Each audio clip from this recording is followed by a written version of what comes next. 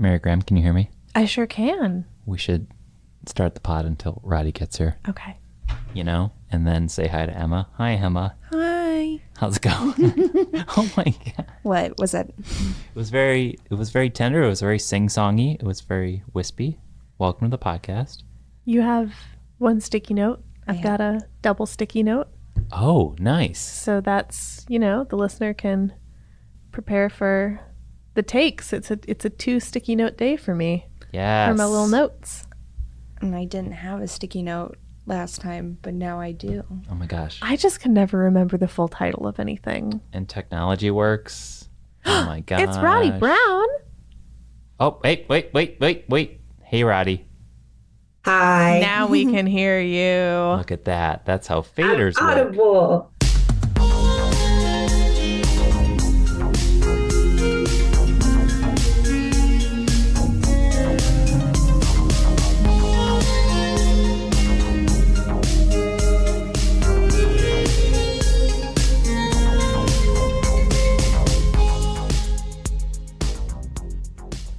All right. You're Audible. That's Emma. I'm Mary Graham. Let's play our game. Let's play a game called a podcast episode where we record it in the middle of a workday at a library. It's a little too quiet. It's the Ferndale Library podcast. It's brought to you by the Friends of the Ferndale Library. I'm Jeff, and that was Roddy.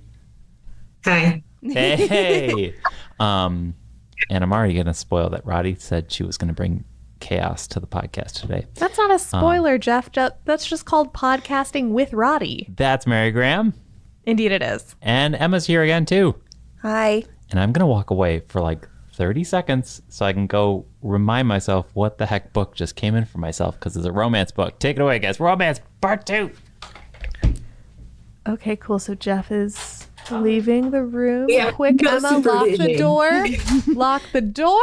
Jeff left us here. All right. Well, to take over. So let's start with the hottest takes then. What is everyone's, like, did you come in with something that you were like, I choose violence? I don't have I a came hot here take with today. nothing. That's why I'm going to be chaotic. I am going on vacation in several days, and it's been the busiest week of my life. So, What books are I you have taking on nothing. vacation?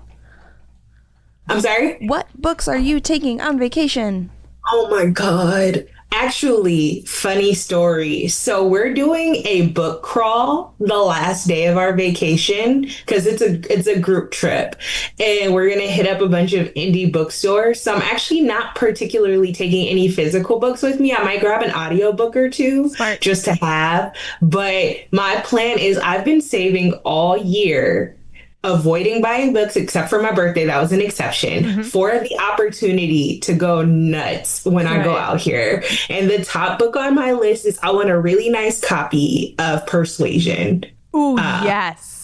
Because that's also the group read for this month for me and my friends. Because I convinced them that if we were going to do Austen, we should do Persuasion. Yeah, obviously. And so That's one of the only which is Austens. hilarious considering some things I have to say. But Captain Wentworth is to me what Mr. Darcy is to most other people. Sure. So, I'm completely sympathetic to that. Oh my God. I have to be so real. Persuasion is one of the only Austens I've ever read.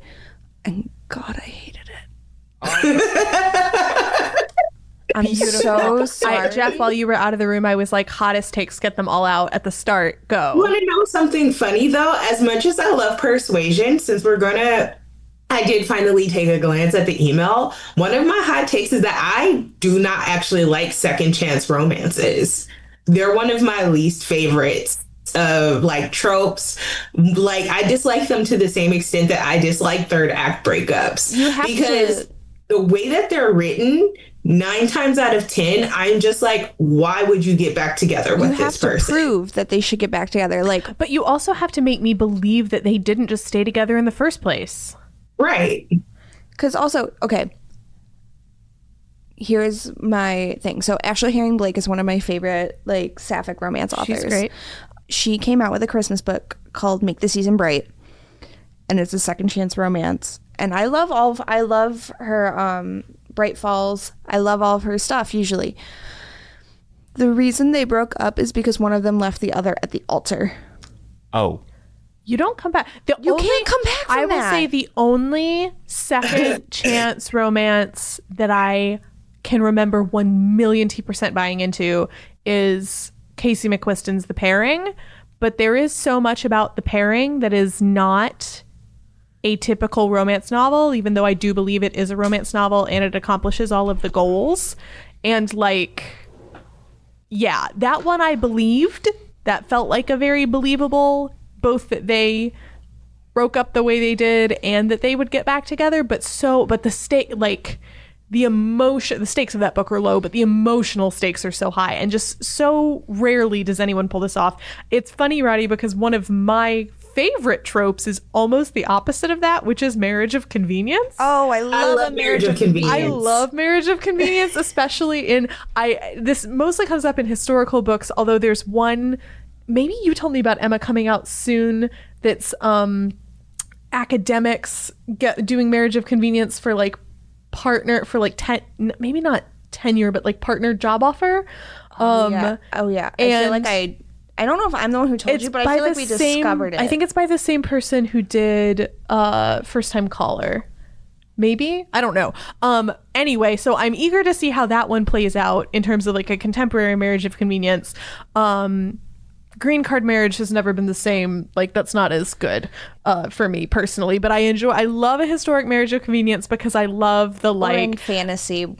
Sure, but like especially where it's something that is like, yeah, for so long. What's that line on New Girl when Cece and Schmidt finally get married and Nick's giving his best man speech and he's like, marriage is about sex and property. And I'm like, yeah, that is like not anymore, but also still, you know? I mean, also, to be completely honest with you, the concept of marrying for love is a very modern concept anyway. Yeah. And so, like, marriage of convenience mean marriage, yeah. And like the fun thing about a marriage of convenience trope in a historical romance novel is that there is something, I mean, usually it's something along the lines of, you know, yes, I'm getting something out of this, and like, you know, all right, he's easy on the eyes, it won't be a chore, but like I'm not gonna fall in love or whatever. And then you do. But then you do. Oh my God, what could possibly happen here, Emma? And then you get the heart-wrenching, like if an author can pull together like a really believable heart-wrenching, they don't think the other person is in love with them, and like sell a reader on it, I'm gonna lie on the floor about it. They cry. Oh my gosh. And I do. Okay, so here's the thing. You need to have miscommunications to have a plot. Sometimes I have learned this. I'm evolving as a person, whatever. Listening and learning. I understand that they're a thing. I have to say, it'll make me scream at the book, but I love in a marriage of convenience that miscommunication trope where one of them is trying to be self-sacrificing, like, I'll let you go, do the thing that you want, and then that makes the other person think that they're not actually in love with them, but they're just two silly gooses who need to just talk to each other. Because it's the deep-seated terror of vulnerability, right? It's like, what if I tell this person that, oops, I fell in love with you, and then you don't feel that way, and now we're stuck with each other till death do us part. I'd rather just be in this terrible limbo. Very Beauty and the Beast. We're going to be honest. A little bit, which has always been one of my faves. So, since you brought up your favorite trope, one of the questions Jeff posed was our favorite trope, and it also kind of goes historical, and I just need to talk about it. One bed. Oh, of course. One bed. And I also argue just any sleeping arrangement. Sure. Yes. There is a book coming out by an author I really like, Jillian Meadows. And I believe there is a one tent situation. Excellent. I love any situation in which it's like, oh gosh, darn it, there's only one bed. What are we gonna do? Here's the thing. The phrase, listener, I'm gonna let you know. It's going to sound sketchy, but it's literally the name of this trope.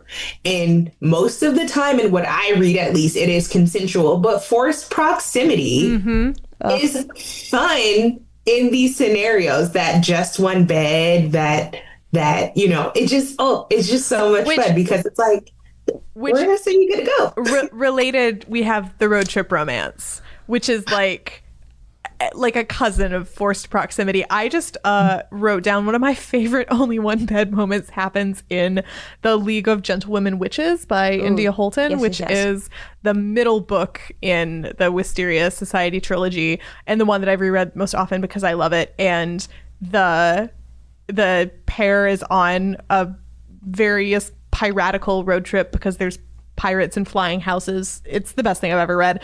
And they get to an inn and there are 2 beds, and they were hoping there was going to be 1 bed for plausible deniability purposes. So they just look at each other and wordlessly push the beds together and go, oh no, only 1 bed. I love that. That's Yeah. so Yeah. funny. Everyone go read all of India Right. Wilson's books. 2 best friends in a room. They might kiss. Exactly. Yes, they will. Yeah, it's a romance novel. There's no also- might about it. So here's the thing. I know myself as a person, okay? I'm just going to get real vulnerable with you guys. Uh-huh. I'm not, I cannot see past sometimes a grumpy sunshine dynamic in that trope. I love it. I love it so much. I will say, this is me putting this out there to the world. We all know that the grumpy sunshine is really just a distillation of Beauty and the Beast, and there's so much that can be said to that. Please, for the love of all that is holy, if you are writing cis-het romance, make the woman the grumpy. I was going to say, and make the man the that's- sunshine. It's so Everybody my talks favorite. about this whole, like, okay, God forgive me, I do not like getting into TikTok trends, but for the sake of, reference, I'm going to talk about this. There was this whole, like, and I don't like comparing people to animals for an array of reasons, but there was the whole, like, golden retriever boyfriend and black cat girlfriend thing, and I'm just like, oh, so you mean grumpy sunshine? Yeah, and you mean April and Andy from Parks and Recreation. Yes. Like Right. not that I It is- ever want to think about Chris Pratt, because I don't, but like, Who does? that was one of the classics, and unfortunately it did not get replicated everywhere. Like, truly, Aubrey Plaza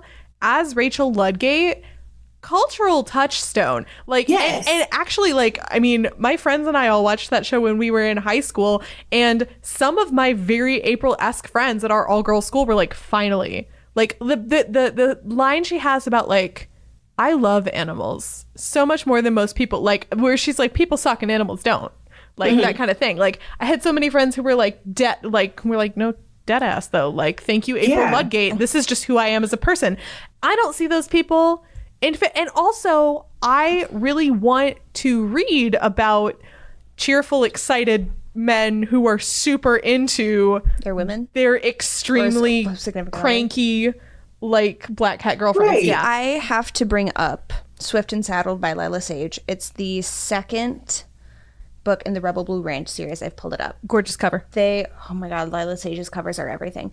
They are, I can't say the OG because this book is very recent, but in my heart, they are some of the best black cat girlfriend, golden retriever boyfriend, like, representation. And she's like a city girl and he's like the ranch boy, but there's just so much yearning when it comes with a golden retriever male main character. And I just want to always, like, I know everybody loves, like, the bad boy, like the whole, with the whole Akatar, the bat boy, and the, like, the dark shadow grumpy male main character. I am really picky about those because most often It's fake. It feels fake. it feels fake and they just kind of suck. Like, I just don't understand Yes. They're not good enough. what's And attractive about it. I think when you see a man in a romance that's actually, like, excited about the relationship, Oh, yeah. it's a lot more fun. Yeah. Oh my God. Yes. Just gonna toss in another recommendation really quick. Yes. Take a hit, Danny Brown. Yes. the whole Brown Sisters trilogy. I'm looking at the whole trilogy on my shelf. But I will Danny admit, is Eva's my a cranky girlfriend. favorite for Yeah. a variety of reasons. Mine too. But Danny deserves so much more love than she gets. Mm-hmm. So take a hint, Danny Brown by Talia Hibbert. Please, if you would like to see, and it's not to say that Danny is like super grumpy, but her and Zaf are really they are the embodiment of that grumpy sunshine, but gender bent. I'm using quotation marks, listeners, since I gesture too much when we're not on camera.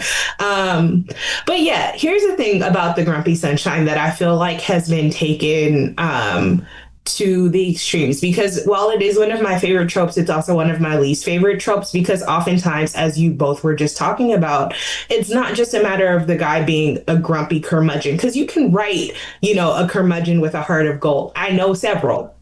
The thing is that people tend to write abusers. I'm just going to put it quite frankly. They will write these male characters and call them grumpy when they are in fact exhibiting other behaviors that are quite abusive towards the female lead, but we're supposed to read it as romantic. And that ties into something that Jeff sent in the email that I just read about, why some contemporary romances do not work. Yeah. Because they will take these tried and true tropes and try to put them in a modern context. And that modern context will not work with that trope. No. Because it plays with power dynamics that are questionable. It brings up rather unsavory character quirks. And I hate to be this person, but there are certain behaviors that a character might exhibit that are products of its time. I don't mean racism, but I do mean like certain like societal functions. They are quite literally of the culture of that time. So in me reading that book, knowing the historical context, I can look at that and I can say, not crazy about it, but I understand why this happened. And so in this particular context, it is permissible. But in a modern context, there's no way in hell that would fly. Yeah, there's a certain level, like, of course, as usual, everything you've just said is brilliant. And there's like 7 different things I'm thinking of. But like something that comes to mind with that is like when I read a historical, and if there's a hero who's like fairly protective, even to the level of potentially like physical threats against other people who can materially harm his love interest or something, like that is something that I like, in a historical romance, I'll be like, yeah, I'll roll with that, because like, if you're talking early 19th century England, depending on the book, like these women are physically and materially vulnerable because of the way society is structured, and not like we don't still have patriarchy, but like, there is something, I'll admit it, about like, or who did this to you? Who did this to you? Or even just like, I'll take that threaten her again and it's pistols at dawn kind of thing. In a modern book, like I would be like, that's horrifying. You cannot act like that. Wait a minute. Is this like Alan Rickman carrying Kate Winslet in the rain? No, that's just sweet. Okay. Is it like a touch her and that's just height of romance? Yeah, it's a little like I'm thinking about one of the first romance series I ever read was Sarah McLean has a quartet set in a gambling hell, and I think maybe it's the 4th book where the heroine basically gets like groped at this place, and her love interest finds the guy who did it and is like, excuse me, the lady did not permit you to touch her, I will black your eye, like that kind of thing. That's like, yeah, I enjoyed reading that scene, it was fun. But yeah, Emma, I have a perfect example of this in a modern book. Yes. I just read a book called Between the Pines by Amber Palmer. It is a kind of a second chance romance, kind of like we had a fling for a week. It was really great. Mm-hmm. But then I had to leave because I just got out of a bad relationship. Mm-hmm. And then he comes to work on her dad's ranch, very cowboy. She's dating this like nerdy accountant. Mm-hmm. Who they're all at a bar one night, the accountant's not there. Mm-hmm. And so she and this guy, her name's Josie, he's Lincoln. They're like, spoilers if anybody wants to read this. But they're at a bar and Ellis, the accountant, comes in and is drunk. And he's like, you blah, blah, blah, blah, blah, like accusing her of all this stuff. Mm-hmm. And he gets physical.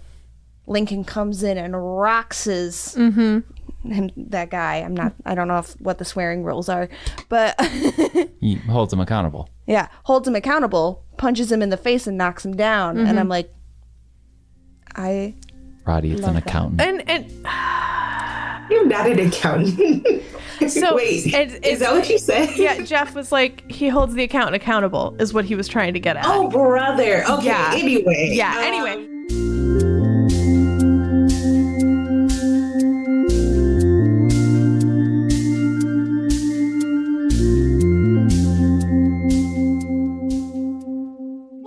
With something like, I mean, violence is going to be very, your mileage may vary, and this is also like a great time to point out like the difference between fantasy and what we love in fiction. True. Which is which people historically, and this is, I know that we don't like to circle back too often about like, and people are mean and wrong about romance, but it's just, sorry, that the multiple hundred years of people being like, women who read novels can't be trusted to know what reality is. is just, it interests me that that's something that still gets said. Anyway, I'm so happy that you brought up Dani Brown, Roddy, because one of the questions Jeff asked was about like, why is it harder potentially to do contemporary romance? So I would love to talk about some of our favorite contemporaries and what particularly makes them good, because all three of the Brown sisters books by Talia Hibbert are really good. I am much more of a historical romance person, but I loved all three of those books, especially Eve's book, which is the third one.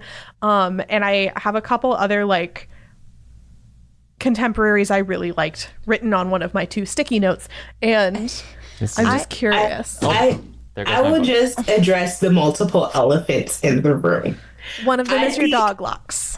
Yes, and also if he's making too much noise, please let me know. I will kick him out. Hi, Lux. But here's the thing about contemporary romance. I don't mind contemporary romance, actually. I find that I read a decent amount of it, because contemporary romance is pretty much the more diverse of the genres. Mm-hmm. And that's not to say that they don't exist. Y'all, if you've listened to any of the podcasts before where I've been featured, I have found some way to bring up Beverly Jenkins. Queen. And I also do enjoy Courtney Milan. I have read tons of historical romances, and there's actually some significant issues with historical romance that does reflect what I'm about to say. Mm-hmm.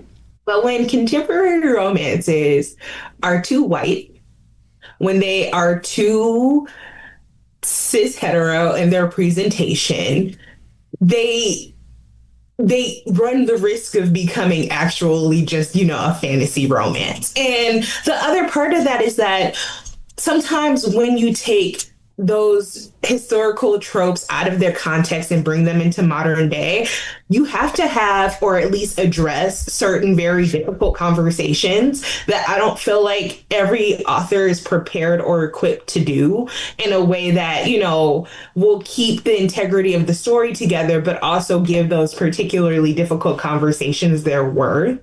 And so I feel like contemporary romance really struggles in those realms, because if you're an author that's not prepared to really do all of those things, it's probably safest for you to write a book about a duke of wherever in England, not address at all how the Duke's family has their wealth or any of the realities of English trade at that time. And then you can write him with your wallflower and have a time. And it's not to really crap on those authors or those books, because I have read them and I have enjoyed them. But I also go into them understanding what and why they are written. And I feel like contemporary romance kind of bears the onus of like dealing with contemporary problems sometimes. I have a good example, I feel, of something kind of this way. So one of my favorite romance authors is Lucy Score.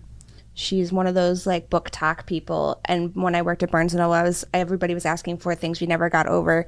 And I was like, oh, why? Like, everybody just loves this. And then I read it and then I loved it and I ate my words. Her books are always like 500 pages.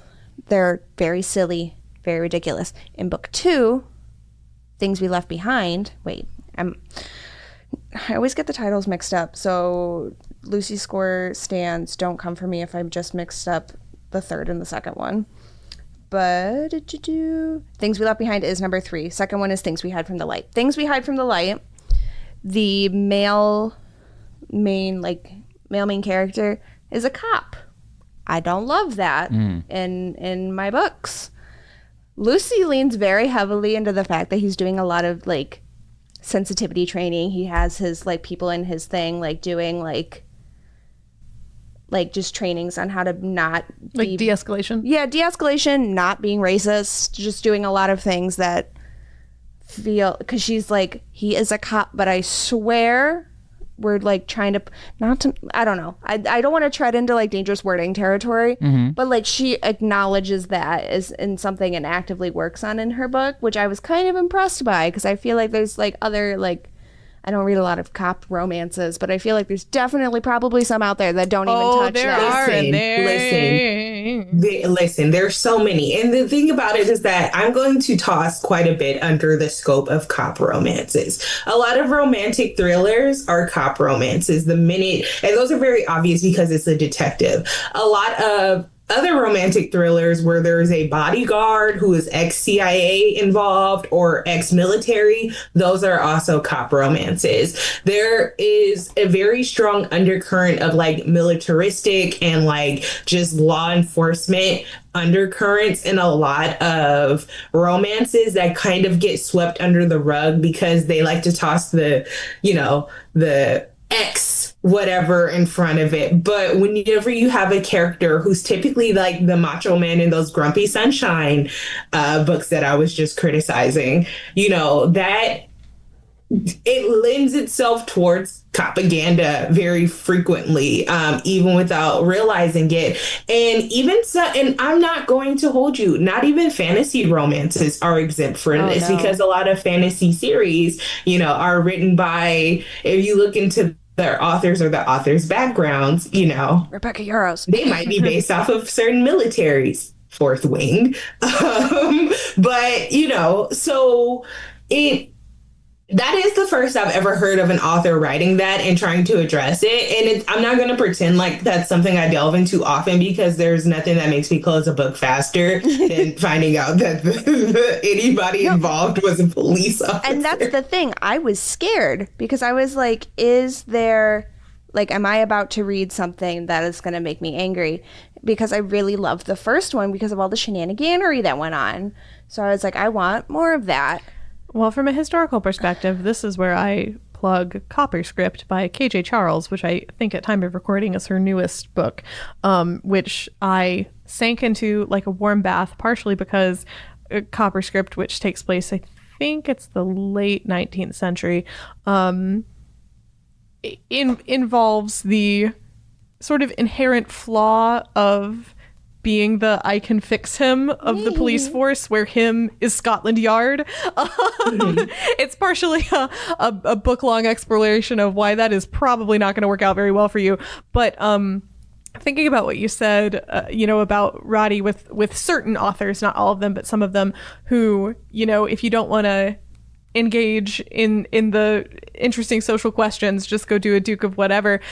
This does, for the authors who do want to engage in the social questions, give rise to one of my favorite, maybe we'll call it a microtrope, because I don't think there are enough of those books out there for me to put together like a whole reading list of them, but I've come across it at least twice, which means I have two nickels of my favorite thing, which is what I like to call, oh no, I've discovered I'm a peer of the realm. This is going to ruin my romantic prospects. From in this case, both men who are in love with very revolutionary women, and then there's like a lost heir plot or something like that, and they're like, he's like, oh my god, I'm a duke. This is the worst news I've ever received. Or also going back to Veronica Speedwell. Yeah, I eat that up with a spoon. I mean, there's when you talk about like, the broad net of cop romances, you can also, for historical books, make the argument about something like, military heroes, or I was telling Emma earlier, I am a sucker for a Navy man in a Regency romance, and we'll get to what we're reading currently later, but I'm currently reading one with a Navy plot.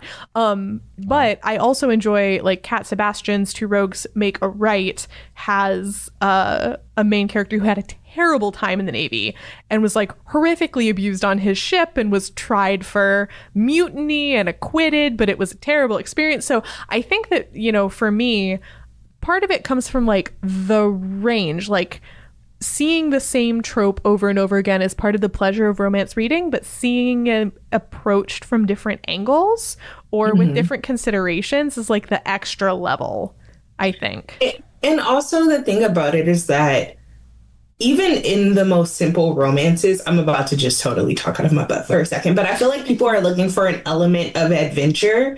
And while I do think that someone needs to take up the mantle of writing more cobbler romances, cobblers deserve love too. I'm sorry? Like Shoemakers? Yes. Girl, I'm on it. Yeah. So, but you know, there's a Cinderella story. There's only so much like level if the and shoe layers. fits. I didn't hear the pun, so I'm gonna keep talking. You wear the shoe. There's only so many layers of adventure, if I'm using that term very loosely, that you can have in that with that sort of career or lifestyle before you have to get a little fantastical or add in a sordid past of some sort where, you know, and that is unfortunate. That's kind of just the way that fiction has kind of conditioned us in a way to where, you know, I personally love a little slice of life. That is an anime genre, by the way, but you know, I love a slice of life romance where it's just two normal people existing and falling in love, because I feel like that is reflective of just normal everyday life. Mm-hmm. And that is something that contemporary romance can actually do quite well. Because I mean, it just, that relates very deeply to who we are and where we are as people in a society. So, you know, slide some more slice of life romance my way. Rose Lerner, I miss you. When are you gonna? Rose Lerner is one of the first historical authors I ever read, and I think my favorite book of hers is called "Listen to the Moon," which is a marriage of convenience of a like a lady's maid and a valet who both want to get better employment, and they like the positions they both want to go up for, like the rich people who employ the servants only want to employ a married couple. Mm-hmm. So they're like, well, I've worked in the same village as you, like I, you know, for most of my career, I know that you're not horrible, let's just get hitched. And they do, and then they, you know, fall in love, but they're also servants, and that's the only, I think that's the only, I enjoy my gallery of rogues and thieves and you know, heist planners and criminal elements in my romance novels, but I think that's the only book I can think of that is two servants, and I simply wish there were more out there. I feel like when it comes to contemporary, like I was going to suggest one, but then I was like, oh, that's not contemporary, that's fantasy. But when contemporary can be unique in the sense that the plot isn't just the same thing you're consistently seeing, which I understand the importance of formula in the romance genre, but every time you see something a little more like new, I kind of appreciate it. Or sometimes people get too creative. I have a book in here that I literally could not stand because of one of the main plot points. I'm looking at my Goodreads for the listeners. Like one book that I read that I was kind of impressed by, or I just hadn't seen before, is a book called Face Off by Chelsea Curto. It's an indie published romance, and it's a hockey romance, but they both play professional hockey. This was written pre-PWHL. What's that? What's PWHL? Professional Women's Hockey League. Okay. Yeah. So it was written before that, and so they have co-ed teams in this NHL, in this fantastical version of it. And I had never seen a hockey romance where it wasn't like a guy and like a figure skater, or a guy and like just like some I'm gonna be completely honest with you, and this says a lot about the circles I run in. I know people wrote male-female hockey romance or like ice romance at all. I am only familiar with male-male hockey romance. And you know what? That's valid. I've seen my fair share. I would love to see like a sapphic hockey romance. Oh yeah, that would be great. Well, that's also just called real life. True. Like you watch actual professional women's hockey, and it's like, okay, the captain of this team and the captain of that team are married. They've been married for a decade, and they have a 5-year-old. Like also, same thing with women's football, a la soccer, I guess. Yeah, women's footy and women's basketball. Let's be honest. Yeah. So I thought that was really like refreshing and new, and I thought it was really cool. And it goes through like all of his hockey friends and all of their like romantic endeavors and all that jazz. I do love when you can clearly see the little core group of people who are going to be the people for the trilogy or the quartet. I'm a sucker for sequel bait. I am. I find so, and this probably means that I should just go read more contemporary romance, but on my little notes, I do have something written down, fewer obstacles, ?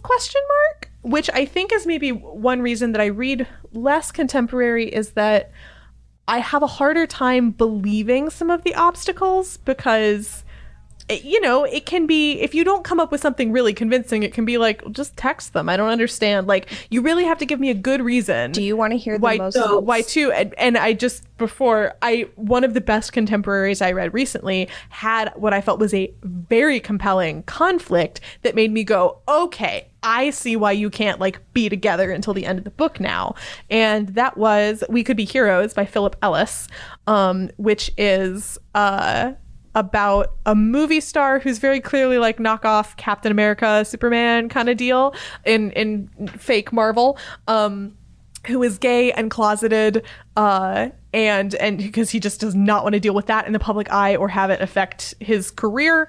And then he falls in love. He's shooting on location and he falls in love with a local drag artist, who is very much like, I worked very hard to get where I am and I'm proud of myself and I am never going to be like back in the closet. And they both respect each other's like where they're coming from a lot, and they both care about each other a lot, and those are all the things that make that feel almost insurmountable, and it makes you go, how are they going to be together by the end? And then they are together by the end because it's a romance novel. But I need something of like that level of like, oh boy, how are they going to get out of this one? Do you want a book with one heck of an obstacle? Hit me. It's called How to End a Love Story by Yuling Kwong. Oh yes, I'm familiar with this one. The obstacle.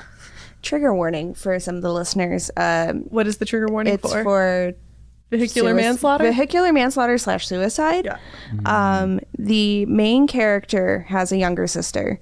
The younger sister kills herself by jumping in front of a car. The male main love interest is the man who was driving the car. And they end up like 10 years later writing on the same TV show set for her books, a la like think Jenny Han. This obstacle is too big for me, as shows my 3-star rating. I'm sure other people would really, the man killed her sister, even though it wasn't his fault. Like, it was not his fault. Like, there's no like, there were no charges, but I was still kind of like that. It's a really heavy like opener, and I was just like, and when I heard that like it's a guy from her high school, it's a guy who's in her class, and he's the one who hit her sister, I was like, if you tell me that this is the love interest, I'm going to yell. I only finished the book because it was for a book club. Yeah, but if you want an obstacle, well, that's the joy of the banquet that is the romance genre, is that what makes somebody go, oh, that's fascinating, makes another person go, pass. And that's life, baby. And I know so many people who loved it, and I was like, yeah. One of my favorite experiences is coming across books that other people love that you kind of hate, and then finding at least one other person who also kind of hates that book and going, is everyone, what is up? Why did we all read the same book? What happened? That's just fun.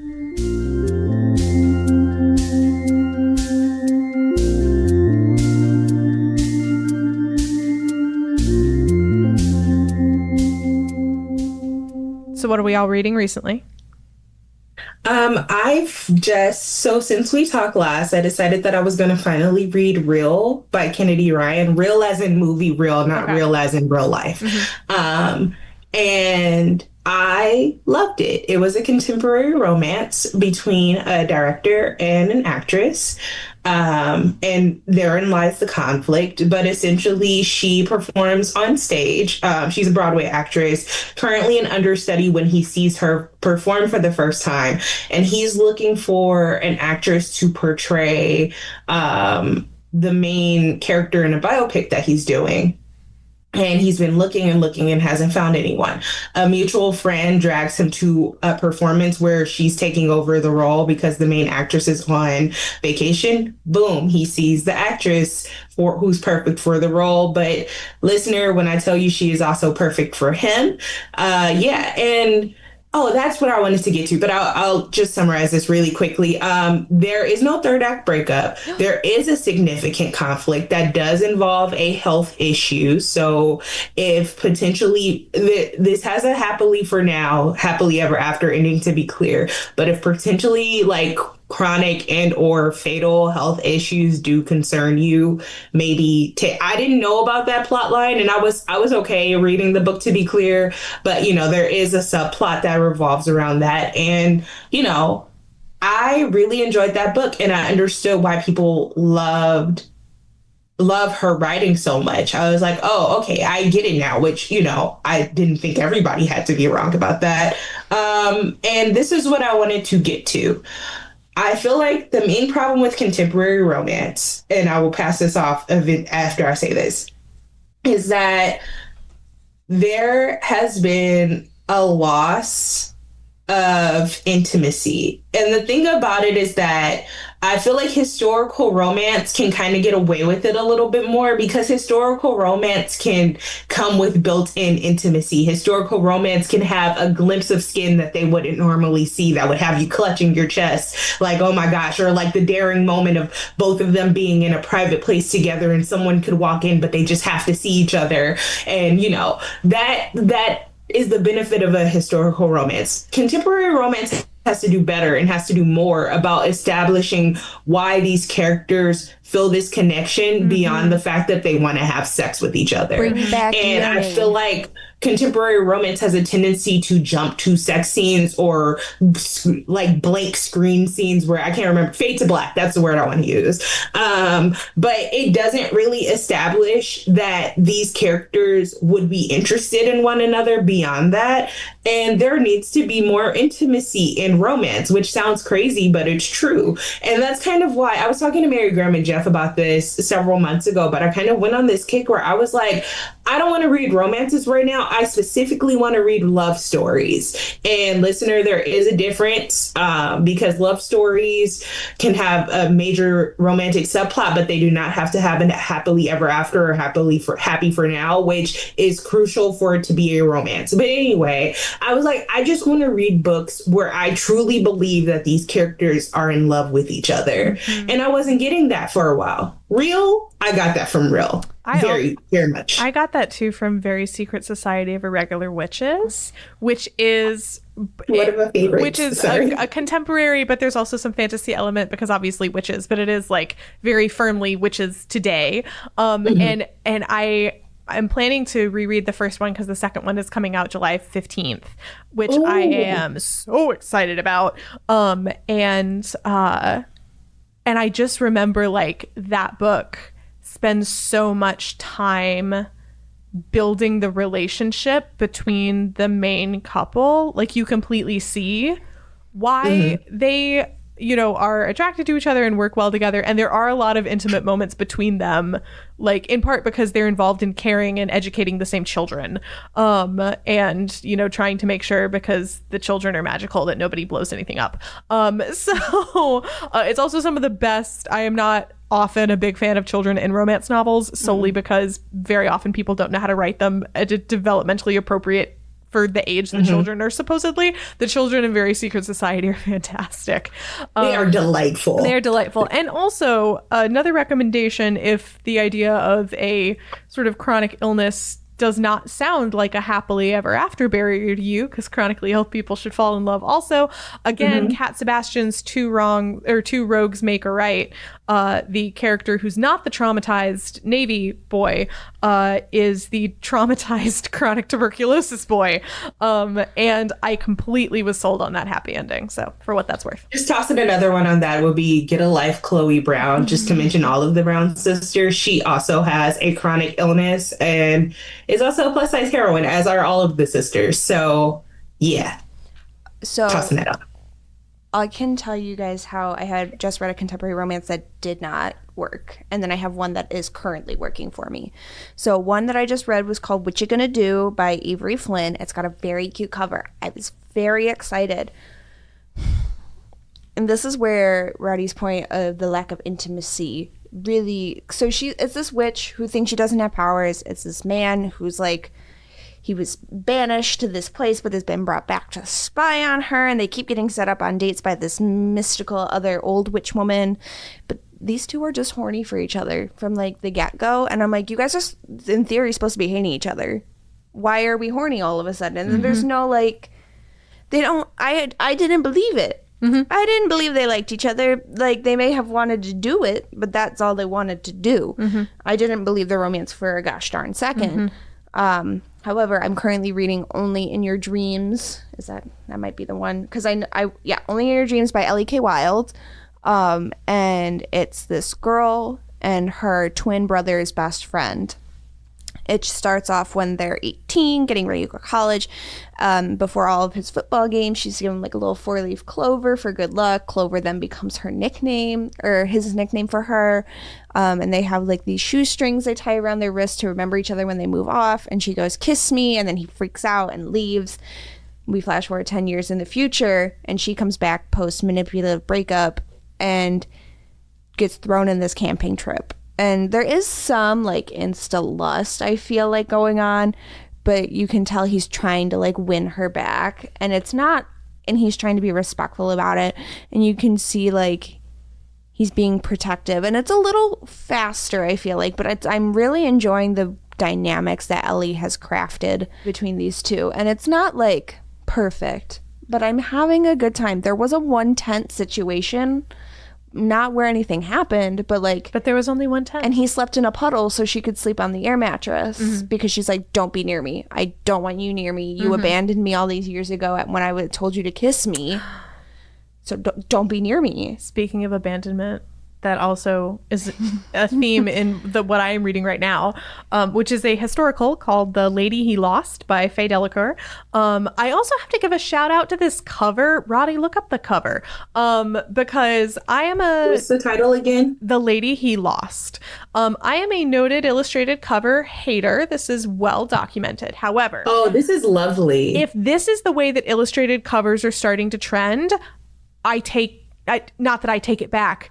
I revise my opinion because this particular type of cover is gorgeous. So this is an illustrated clinch cover. It's an illustrated, for anyone who knows romance cover. It's an illustrated clinch cover, and it's not cartoony. There's a ton of personality in it. She is holding a hand of cards because the plot of this book is that the heroine was not like childhood best friends, but like teenage friends with the neighbor boy, basically, and had this massive crush on him, and he always paid a lot of attention to her, and she was like, "Dang, I thought we were close." And then he gets caught in a compromising position with her cousin, who she's always kind of had like not even a frenemy thing, just kind of an enemy thing with, and he agrees to do the honorable thing and marry her cousin, but he's in the Navy, so he gets ships out, and is like, "Okay, when I come back we'll get married." But then he gets captured by pirates, is gone for 2 years, and presumed dead. And the book opens literally with him like knocking on his parents' front door as they're like headed out the door for church, and he's like, "Hello, I'm sorry about the mix-up, I'm not dead." And then the last line of the prologue is like, "His mother fainted dead away. Nobody made it to church that day." And that's how I knew I was going to enjoy the writing. The writing in this book is delightful. That sounds amazing. But in the years since that has happened, the heroine, who got kind of ditched for her cousin, has decided that she will not be getting married because she knows how laws work, thank you very much, and she does not enjoy the prospect of ceasing to exist legally. And so she and her two best friends are setting up like an exclusive gaming hell for women, basically, and because the odds are always stacked in the house's favor and she's really good at math, she's like, we can basically just like make a living in a somewhat respectable way and just be spinsters who conveniently always have a little, like, just enough to live on, while actually we're flush with cash and none of us have to ever get married ever. Oh no, this man has come back from sea. We thought he was dead, but he's not dead. I'm mad at him. That's as far as I've gotten. This is a book about people in love, and one gets kidnapped by pirates and is away for a while, and the other one's about to be a bride while he's gone. No, it's the cousin marries someone else while he's away. So this is between the girl who wants to never get married and set up the gaming hell, and the guy who screwed it up with her all those years ago by making out with her cousin. And he wants her back so bad, and she's like, don't speak to me. We love when a man is down bad. Oh yeah. I love a he fell first scenario too, so it sounds like it's right up my alley. And he's also like, It's the bring back the yearning. It's the bring back the yearning thing. And he's also Yes. like, why won't she talk to me? I missed her so much. And she's like, I don't think he was kidnapped by pirates. I think he's lying. So she's You guys just, yes, yearning. Right? Someone needs to take a Hosier song and distill it into a romance book, but give it a happy ending. Yeah. sure. Yeah. I feel like That would be it. That feel would like be it. Alex Warren writes, because he has the one song Ordinary, which is like very overplayed to me at this point, but also is very good because he's a man who very openly and very loudly loves his wife. Well, and that's which is as it should be. Yeah. But he also writes really good music that goes with it. I love that. And these are the kind of books, because Sarah McLean writes this too, to kind of a heightened degree of like guys who are just falling over themselves to be like, can I kiss your feet, please? Like, you're the coolest woman I've ever met, and I just want to, come on, just let me hang around. And there's certainly times, like, for me, and Sarah McLean was the first romance author I read. Like, that's what got me into it, was the idea of like these guys who like have enough emotional intelligence to be like, oh. There is a fine line though, until the men become like, you're too good for me. Like, I don't ever deserve you. No. Like, there's a fine line between like, oh my God, you're so amazing. Oh my God, you're so amazing. I don't deserve you. 100%. That's why all of my favorites are like, you're so amazing. I will beg, borrow, and steal to keep you. Like, It's like you can only there's a certain meter for patheticness. Yes. that a man cannot. There's a threshold. Yeah. Words are coming to me slowly, but there's a threshold of patheticness that a man is allowed to have in these scenarios. Noted. we did all just as one look at Jeff as the only man in this room. just FYI, Jeff. Because there is a such thing as because there's too pathetic and then there's just downright arrogant, and you have to find the sweet spot. You have to, Because if they're too pathetic, it's like that like gross ex-boyfriend you have who's like, you're so like awesome, but I don't deserve you. I'm gonna dump you. I have multiple exes like that. Yes. Yeah. And it's that in of itself gets manipulative too. Yeah, no. And that's why I don't want to read about it. No, exactly. But like, I think this is also where one of my oh God, is Apple gonna label us explicit if I use the actual trope name competence porn? But like, that's, I think, where like a lot of weaponized incompetence. No, it's the other way around. It's when someone is so competent at something that you're like, oh no. And like, that's, I think, where a lot of it, like, that's how that balance gets struck a lot, is this guy being like, I'm super down bad for this girl. And also, as it happens, I do interesting things and I'm very good at them. So that the girl is like, oh no, he does interesting things and he's very good at them. It's like a bright colored bird. A little bit. Well, unfortunately, from what I've heard of the dating world these days, I'm so sorry to pick at any wound that exists for anybody, but I've told my fiance so many times, I've been like, Maurice, God forbid, but if anything happens between us, I'm not dating. Mm-hmm. I'm not, because but that's the downside, because that's why that competency becomes so, like, I don't know, me and words today, but like, it's just so interesting. It's so invigorating, because from what I've seen and what I've heard about dating these days, competency in of itself is a fantastical romance element at this point. So in the words of the prophet Olivia Rodrigo, God, it's brutal out here. But it's also like wish fulfillment. So here's the thing. Also, this is another hot take from me really quick, and it relates to earlier.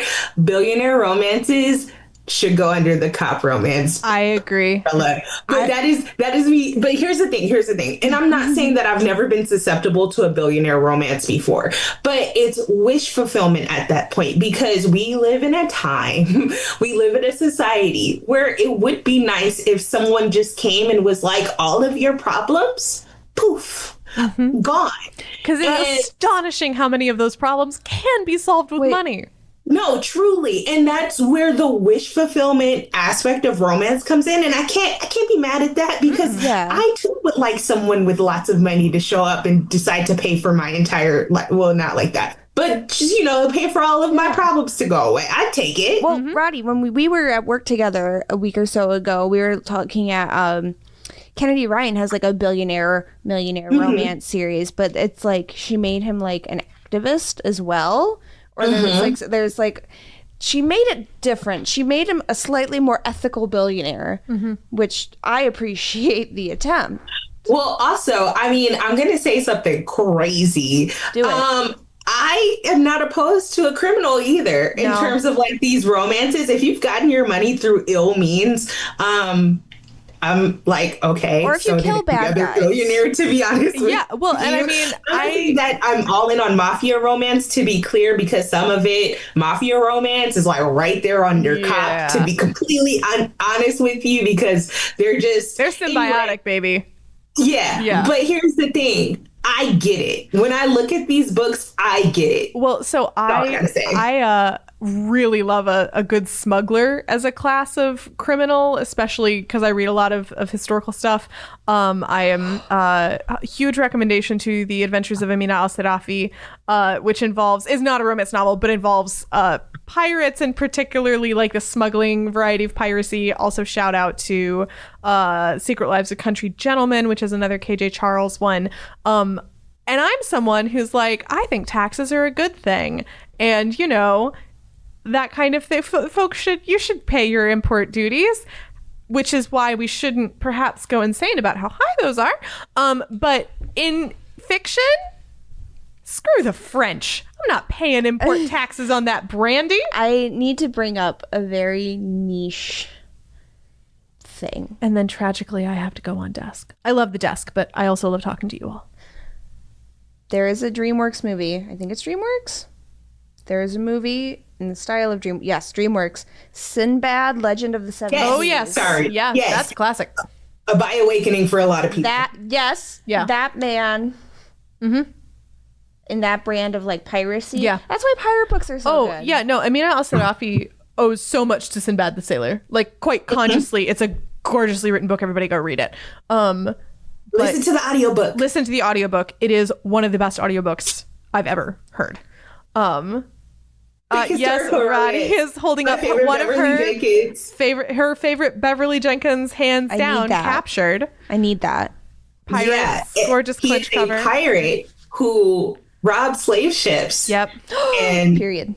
Yes, and that's as much as I feel like that's all I need to say, to be completely honest with you. He wash her hair, Roddy. He washes her hair, right? I know, I wept the first time I read that scene. If you want intimacy, it's called Captured by Beverly Jenkins. Read it. If you want intimacy in a romance, Miss Beverly Jenkins has you fully covered. Yes. This book is I love this book to death. So, yeah. Thank you, Miss Bev. Thank you. Come back to the podcast. I miss you. Oh man. Well, it's 4 p.m.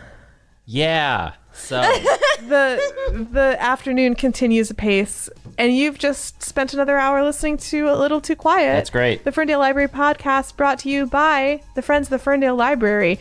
To learn more about us, where do the good people go, Jeff? Oh, they can go to ferndalefriends.org. Awesome. Thank you again to John Duffy for giving us all that sweet, sweet music. You are so good at this. Thank you. It's a lifetime of listening to NPR from the back seat. And everybody, don't forget that Romance Book Club voting is going to go live soon. August 4th is when we're launching the poll. Then there's going to be a display. It's going to be great. Yes. All things romance happening soon, because I realized August is in literally like 2.5 weeks. Yeah. Remember to rate, review, and subscribe. Tell your friends about this fun little podcast hosted in a library. Thanks to Roddy. Bye. And thanks to Emma. Hi. Thanks, Emma. Thanks, Mary Graham. Thank you. Let's do this again sometime.